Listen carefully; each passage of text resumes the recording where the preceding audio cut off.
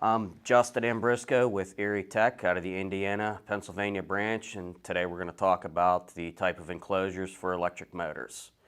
First one I'd like to start with is the open drip proof. Basically, it is something you want to put into an indoor dry environment.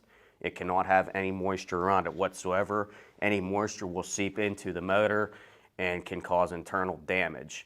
Again, this is something you want to use strictly indoors, no outdoor use whatsoever, no wet conditions. The next type, and probably the most common type, and probably about 95% of the motors we stow here, are totally enclosed fan cooled. What a totally enclosed fan cooled is the motor is totally enclosed in itself. Nothing from outside can get into it.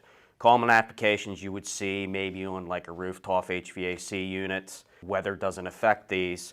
Also, it has an internal fan inside it, which naturally cools the motor. The next one I'd like to talk about is totally enclosed non-vented. Totally enclosed non-vented, again, is like a totally enclosed fan cooled, but has no fan to cool internally. Instead, it's designed to run at a lower temperature, whereas the heat, it doesn't overheat itself.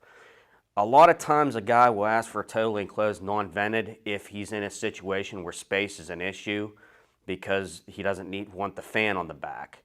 So that's a lot of times where I'll spec one of those into as well. You'll see these a lot in washdown units as well, where again, like I said, it's just advantageous for a lot of washdowns not to have that fan, because the fan naturally has to have openings in the back to let air in. The last major one we'll talk about is the explosion proof.